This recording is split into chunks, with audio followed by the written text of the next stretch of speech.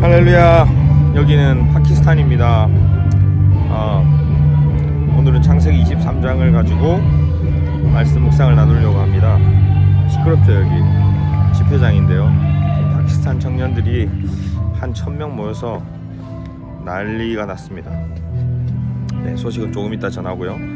오늘 내용은 사라가 127세를 마지막으로 기럇 아르바, 즉 가나안 땅에서, 헤브론 땅에서 죽게 되고 그곳에 장사되는 내용이 오늘의 내용인데,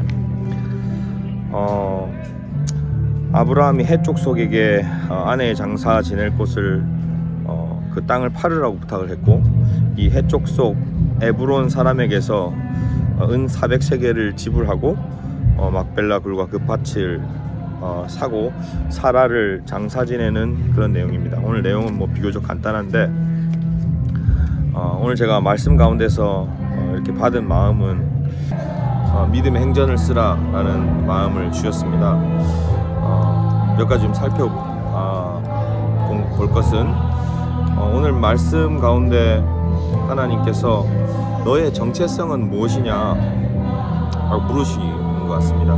23장 4절에 보면 아브라함이 이렇게 말합니다. 저는 여러분들과 함께 사는 이방인이며 나그네입니다. 이렇게 이야기하는데, 이방인과 나그네 이 두 단어에 제가 오늘 좀 생각을 많이 했던 것 같아요. 이 아브라함이 왜 나그네라고 이렇게 표현을 했을까? 아브라함 분명히 그곳에 아주 오랫동안 정착해서 이렇게 비즈니스를 하고 이렇게 자식들도 낳고 이렇게 살고 있었는데, 오랫동안 이렇게 살다 보면 거기가 고향같이 느껴지잖아요. 저도 이민을 와서 한 7, 8년 정도 된 것 같은데, 이렇게 해외를 나갔다 오거나 이렇게 와서 LA에 도착을 하고 차를 타고 이렇게 플러튼 지역으로 딱 들어오면 아, 집에 왔다 이런 생각을 하는데, 아브라함은 그렇게 이민자의 삶이지만 정착이 됐는데 불구하고 나그네라는 표현을 했는데, 왜 그랬을까? 제가 묵상을 하면서 이분은 분명히 본인의 정체성을 알고 있었던 것 같아요. 이곳이 우리가 머물 곳이 아니다. 결국은 본향을 향해서 가야 된다. 천국 소망을 가지고 살았던 것 같아요. 그것을 약속으로 하나님께 이렇게 받았는데, 그러면 하나님께서 또 질문하시는 것은 그 약속을 받은 네가 해야 될 일은 무엇이냐 이렇게 물으시는 것 같았어요. 창세기 24장 16절에 보니까 아브라함은 에브론의 말에 따라 햇사람이 듣는 데서 말한 밭값으로 상인들 사이에서 통용되는 무게로 은 400세겔을 달아 주었다. 이렇게 성경에 기록되고 있습니다. 이것을 보면서 저는 여기서 액트라는 말이 생각났고요. 행동해라. 행동함으로 믿음의 행전을 쓰라. 왜 그런 생각을 했냐면, 이렇게 햇사람이 공짜로 이렇게 준다고 분명히 이야기했잖아요. 근데 굳이 왜 돈을 주고 산 거지? 그냥 받으면 될 텐데, 근데 그냥 받으면 하나님의 약속의 말씀이 이루어지지 않기 때문에 아브라함이 굳이 돈을 지불하고 샀던 것을 알 수 있습니다. 이 가나안 땅은 하나님께서 아브라함과 그 후손에게 기업으로 주시기로 한 약속의 땅이죠. 창세기 13장 15절에 나오는 것처럼. 그런데 에브론으로부터 이렇게 무상으로 받게 되면 그 기업은 하나님이 아닌 이방인으로부터 받게 되는 그런 셈이 되기 때문에 돈을 주고 산 것이다. 아브라함도 비즈니스의 대가였지 않습니까? 돈을 잘 계산할 줄 아는 사람인데 굳이 공짜로 준다는 것을, 돈을 주고 샀다는 것은 그 하나님의 약속의 말씀을 정확하게 알고 믿고 있었다는 거죠. 그래서 우리가 요즘에 참 성경을 많이들 알죠, 지식으로. 그리고 지금은 말씀의 홍수의 시대에 살고 있고, 또 많은 교회에 출석하는 사람들이 미디어를 통해서 중요한 성경 구절은 다 알죠. 성경을 평생 일독을 안 해도 이 중요한 성경 구절을 다 알죠. 그러면 그 성경을 다 아니까 우리가 실천하고 나갔으면 이미 이 땅 가운데 하나님의 나라가 임해야 되는데, 현장은 그렇지 않습니다. 제가 지금 현장에 나와 있잖아요. 하나님의 나라가 아직 임하지 않았고, 특별히 우리 이 파키스탄 현장 상황을 좀 잠깐 나누면, 제가 여러 군데를 다녔는데 파슈툰 족속이라는 사람들을 만났어요. 이분들은 이 파키스탄 내에 사는 족속 중에 하나인데 사울의 후손들입니다. 그리고 이 파슈툰족이 이렇게 모여 사는 곳이 페샤와르라는 그런 지역을 갔었는데, 이 페샤와르는 파키스탄 내에서도 굉장히 완악한 곳이에요. 그래서 모든 선교단체 다 쫓겨나고 모든 NGO도 쫓아냈어요. 이제 선교단체는 인터콥 하나 지금 남아있는데 아마 거기도 어떻게 될지 모르겠어요. 기도해 주십시오. 그리고 이곳은 진짜 죽도록 가난합니다. 제가 인도를 몇 년째 다니고 있는데 인도는 이곳에 비하면 상태가 굉장히 양호합니다. 그래서 이곳의 사람들은 도움을 거절하고 있어요. NGO의 도움도 거절하고 있고, 우리 선교단체들도 들어와서 많은 활동들을 하는데 그런 도움을 거절하고 있습니다. 정확히 얘기하면 도움과 함께 들어오는 복음을 거부하고 있는 것이죠. 이렇게 하나님은 그럼에도 불구하고 현장을 여시는데 강제적으로 여시는 것 같아요. 왜 그러냐 하면은 너무 완악하니까. 일단 이 민족이 너무 완악합니다. 막 이 거부하잖아요. 그리고 두 번째는 우리 복음을 전해야 될 우리가 참 말을 안 들어요. 그래서 하나님이 강제적으로 어떻게 상황을 여시냐 하면은 이번에 파키스탄 홍수 났죠. 그래서 제가 오게 됐고, 그리고 여기 정말 가난합니다.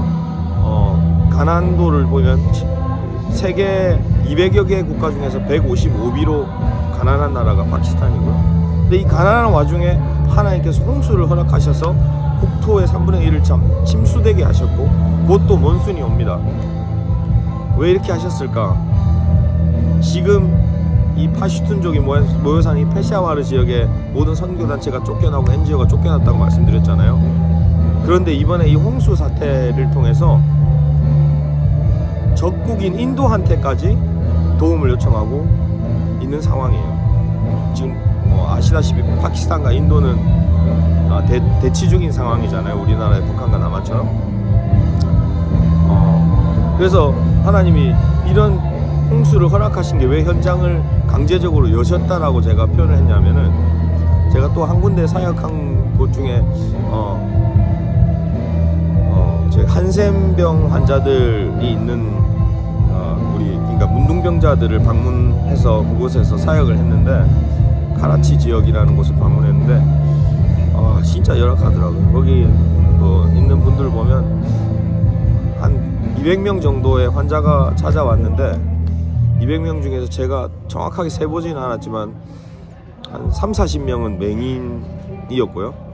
이제 한센병이 뭔지 아시잖아요. 다 이렇게 뼈와 살이 녹는 병인데, 눈으로 침투되면 눈이 멀고, 코로 침투되면 코가 없어지고 뭐 이런 상황이에요. 그리고 귀로 침투되면 귀가 안 들리고. 이 가난한 나라에 홍수가 겹치고 그 와중에 이분들은 한센병으로 고통받고 있는 상황. 그래서 제가 기도했어요. 하나님, 와, 이 땅 이렇게 너무 열악한데 왜 하나님 돕지 않으십니까? 정말 기름이 껴서 배가 부른 이 미국을 이렇게 잘 살게 하시면서, 미국은 잘 살게 하시는데 왜 이 땅은 이렇게 놔두시는 겁니까? 거기다 또 홍수로 왜 더 힘들게 하십니까? 제가 이 사역을 하면서 그런 질문을 하나님께 했어요. 근데 하나님 이렇게 말씀하시더라고요. 야, 그런 상황이 아니면 얘들은 복음을 듣지 않아. 정말 그렇더라고요. 완악해서 도움과 함께 들어오는 복음을 온몸으로 거부하던 이 사람들이 이 홍수와 가난으로 인해서 더 힘들어지니까 마음을 오픈했어요. 그래서 저희는 이제 남자 쪽 사역을, 여기 무슬림 국가라서 남녀가 함께 하지 못해서 저희는 남자들을 사역을 했는데, 이 치료를 마치고 나오는 모든 사람에게 제가 입구에 앉아서, 책상에 앉아서 그분들을 한 명씩 면담하면서, 면담이라 봐야 뭐 제가 말이 안 되니까 그냥 복음을 읽어주는 거죠. 그 나라 말로. 근데 다 들었어요. 물론 영접 환자도 있고 안 환자도 있지만, 제가 이 70명의 임상을 통해서 요건 좀 다른 주제지만 그런 거 물어보잖아요. 나가서 복음을 그냥 전하고 그 사람들이 듣고 아멘 하는 게 진짜 복음 영접한 거야? 그게 무슨 의미가 있어? 이렇게 물어보시는 데 있는데, 제가 70명의 이 파키스탄 무슬림들을 한테 복음을 이렇게 그냥 읽어줬는데, 제가 그들의 눈을 보면서 읽어줬어요. 정말 반응하는 자들이 있더라. 그러니까 이 임상을 통해서 저는 예스라고 말할 수 있을 것 같아요. 복음을 그냥 전하는 것이 의미가 있느냐? 분명히 의미가 있다. 제가 현장에서 체험한 바로는 그렇습니다. 근데 이 파키스탄이라는 나라가 어떤 나라예요? 이슬람 세계 3대 공화국이죠. 그 다음에 종교 문제로 인도에서 싸워서 분리된 나라죠. 그리고 아이시스, 탈레반 이런 극단주의 무슬림들이 생겨난 곳이고, 아주 강성 무슬림들이 지배하고 있는, 수치상으로는 98%의 무슬림들이 이곳을 장악하고 있는 아주 완악한 지역입니다. 근데 제가 이렇게 여러 나라, 요르단이니 이런 다른 무슬림 국가를 다니면서 이런 전례가 없었어요. 퍼블릭에서, 그리고 공공기관 안에 있는 그곳에서 복음을 전할 수 있다? 생각도 못했는데 여기는 그냥 다 오픈돼 있어요. 제가 하고 싶은 이야기는 무엇이냐면, 아무리 이렇게 상황을 하나님께서 열어 놓으셔도 우리가 안 오면 이거 말짱 꽝입니다. 그리고 전하지 않으면 말짱 꽝입니다. 성경 지식, 그리고 단순한 해야지 하는 생각, 언젠가는 할 거야 하는 이런 핑계 아닙니다. 저는 이렇게 생각합니다. 구원받을 우리를 통해서 꼭 정해야 된다.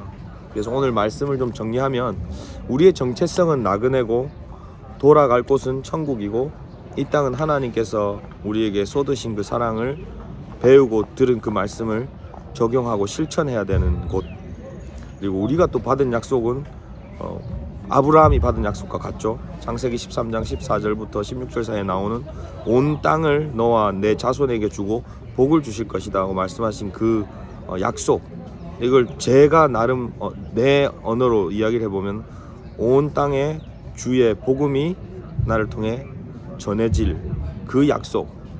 그런데 내가 전하지 않으면 그 복이 나의 제네레이션에서 막힐 수 있다. 좀 함께 기도해 줬으면 좋겠습니다. 이 파키스탄 땅을 위해서, 또 복음이 전해지지 않은 그 땅을 위해서 우리가 함께 기도하면 좋겠습니다. 하나님, 너무 춥고, 하나님 이 땅이 너무 목마르고, 하나님 이 땅이 너무나 배고프고, 하나님 이 땅이 너무나 소망이 없습니다. 그래서 주님, 이 땅에 하나님의 사랑이 부어져야 됩니다. 주님, 이곳에 우리가 와서 하나님의 사랑을 전할 수 있도록 주님, 우리에게 특별히 우리 청년들에게 하나님의 마음을 부어주십시오. 그래서 하나님의 약속이 우리를 통해서 이 땅 가운데 전해질 수 있도록 하나님 우리를 사용하여 주십시오. 그렇게 하여 주실 주님을 찬양합니다. 예수님의 이름으로 기도합니다. 자, 돌아가서 뵙겠습니다. 감사합니다.